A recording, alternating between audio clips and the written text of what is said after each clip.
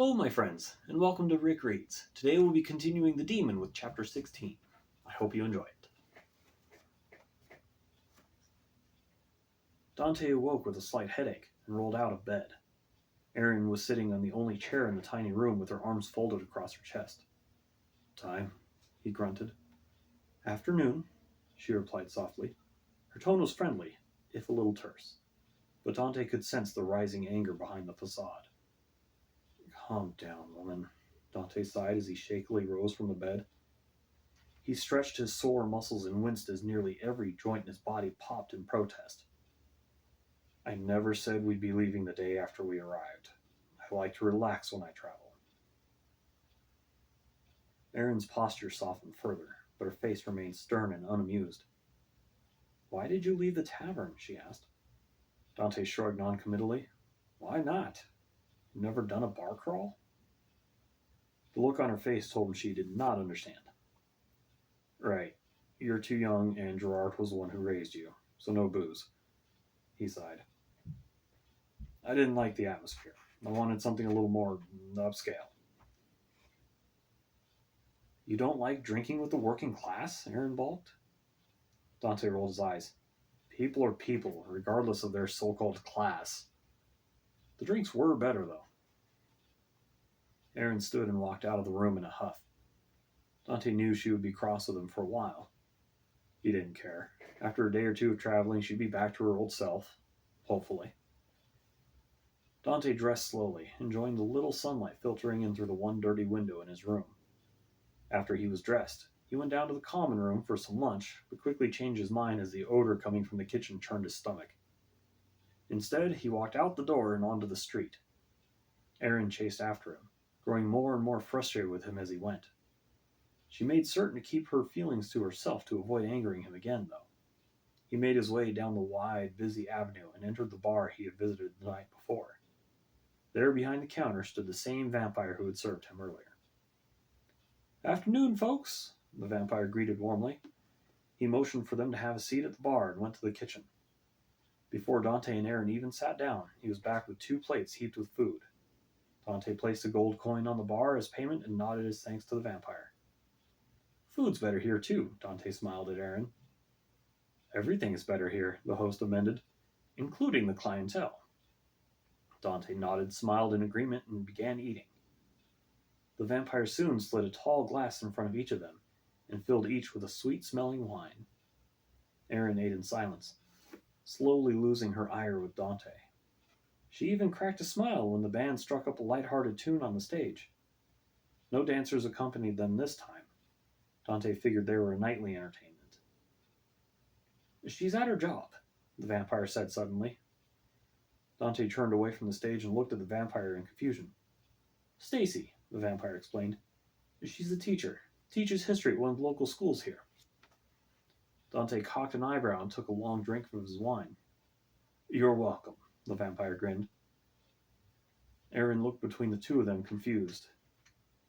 You know, Erin, Dante said slowly, I have the sudden urge to get a history lesson. What do you say we go learn something today?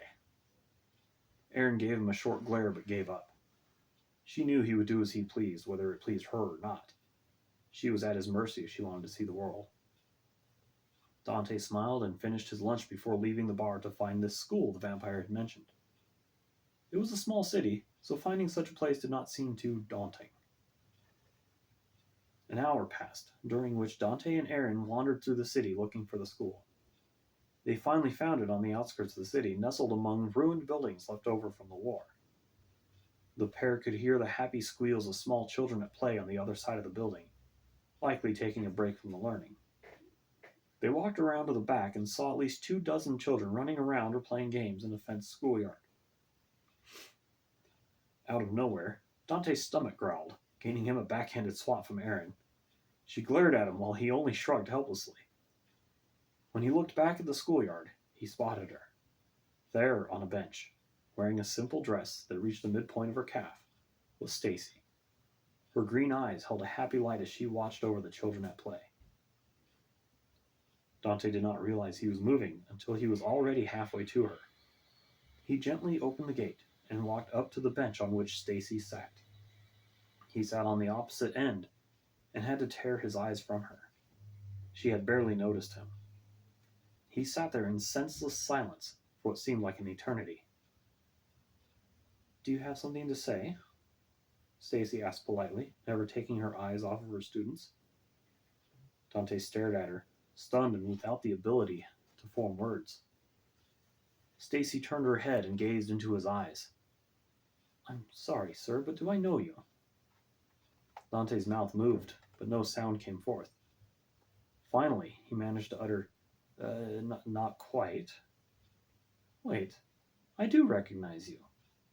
You were at the bar last night." Dante nodded sheepishly. "Please don't tell my students. I feel like they'll get the wrong idea of me." "What?" Dante sputtered. "Why do you say that?" Dancing at a bar sort of sets a bad example. Doesn't matter how upscale the place is." "But you're so good at it." Stacy blushed and smiled, which caused Dante's mind to go completely blank. That simple motion made his heart skip a beat. "Thanks," she said.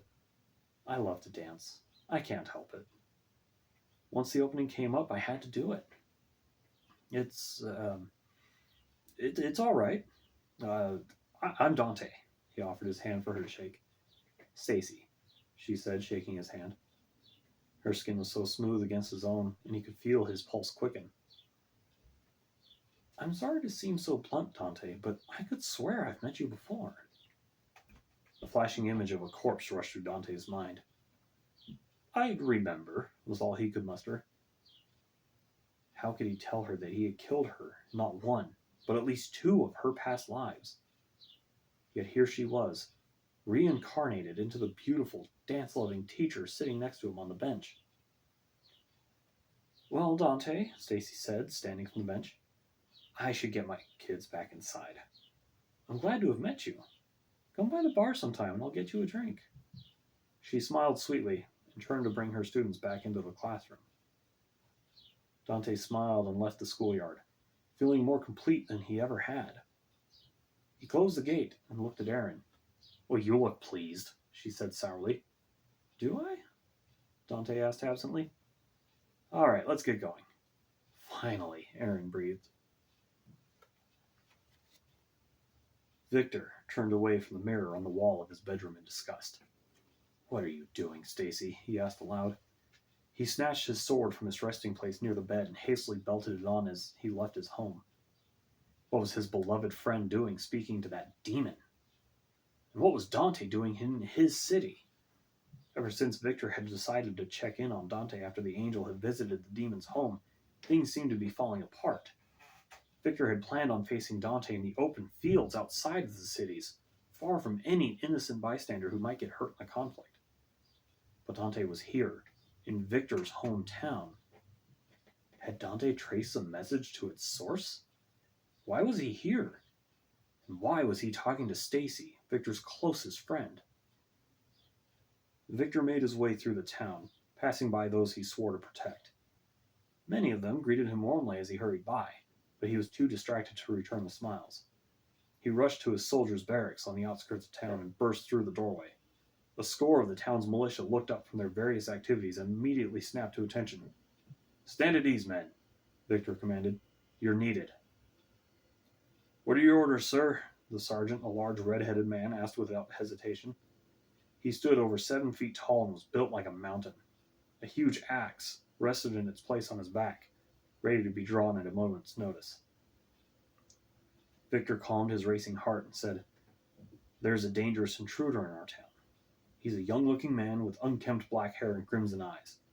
He wears a long coat over a uniform from the old United Earth Army. He carries a sword at his side, and believe me when I tell you, he knows how to use it." "Won't be a problem for me and my boys," the sergeant boasted, puffing out his chest and slapping it with a meaty fist. The rest of the men shouted in agreement and raised their weapons in salute. Victor smiled despite their obvious lack of knowledge. "I will still warn you, men. This is an extremely dangerous foe. He's a demon. Many of you will die if he is provoked into battle. I am ashamed to admit that he does have some sense of honor, so he may be convinced to leave peaceably. If he agrees to leave, let him. However, if he does not, remain true to your training and be vigilant. He is a powerful enemy. The mention of the target being a demon sobered all of the men. Victor had personally trained all of them for battles with demons, but they had unanimously thought all demons had been sent back to hell. Some of them shifted nervously, while others fiddled with their weapons, steeling themselves for a terrible battle. The sergeant, however, never blinked. "He will leave in peace or in a body bag," he stated confidently. Victor nodded.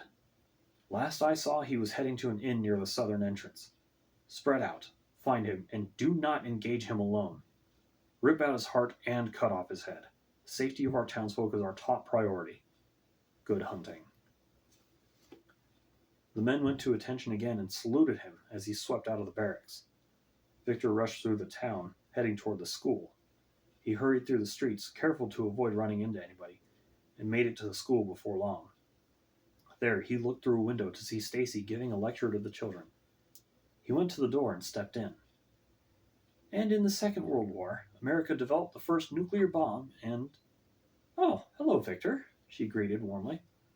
The children turned in their seats, smiling when they looked upon the man who had been a hero to the whole town.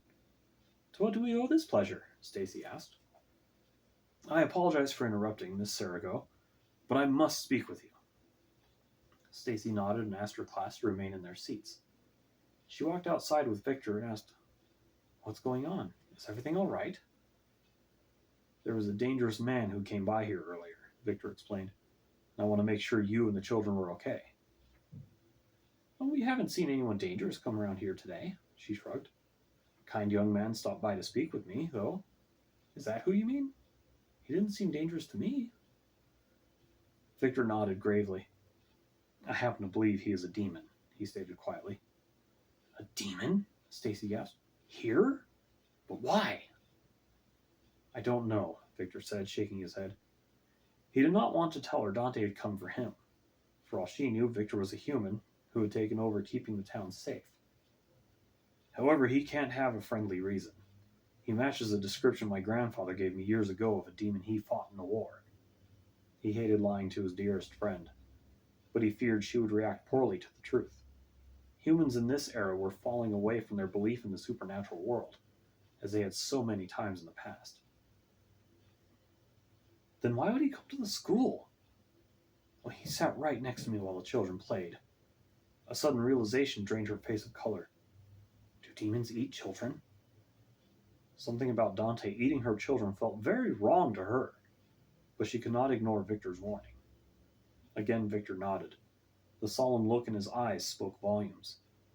"I sent my men to hunt him down and remove him from our home. If he does not agree to leave peacefully, my men have been instructed to kill him. If there's a battle, take the children down into the shelter beneath the school.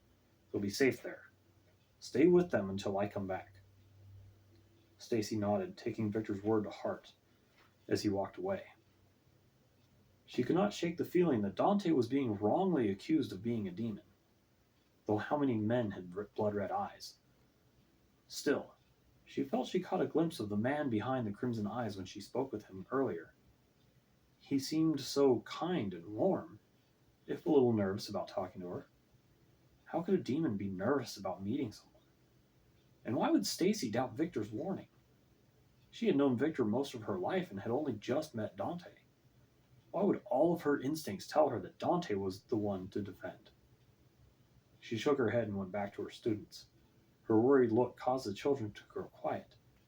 "Miss S," one of the students asked, "what's wrong?" Stacy looked up absently and had to force herself to focus. "Oh, nothing, dear." She put on a smile and said, "Now, why don't we open our books to the next chapter and read aloud about the Second World War?" Dante and Aaron had just left the tavern and were on their way out of the town when he noticed movement out of the corner of his eye. Several soldiers were approaching from various angles, all moving toward him. One man, a large soldier with a giant axe, came forward. Dante and Aaron stopped their pace, and the demon's hand slowly moved to his sword. "If this turns south," he muttered to Aaron, "get to safety. Don't try to fight them. You'll only get yourself killed." Aaron nodded, fully intent on leaving Dante if a fight erupted. Every one of the soldiers were staring at Dante, none of them seeming a bit concerned about her. They were obviously here for him. "Stand aside, madam," the big man said to Aaron. "We have no quarrel with you."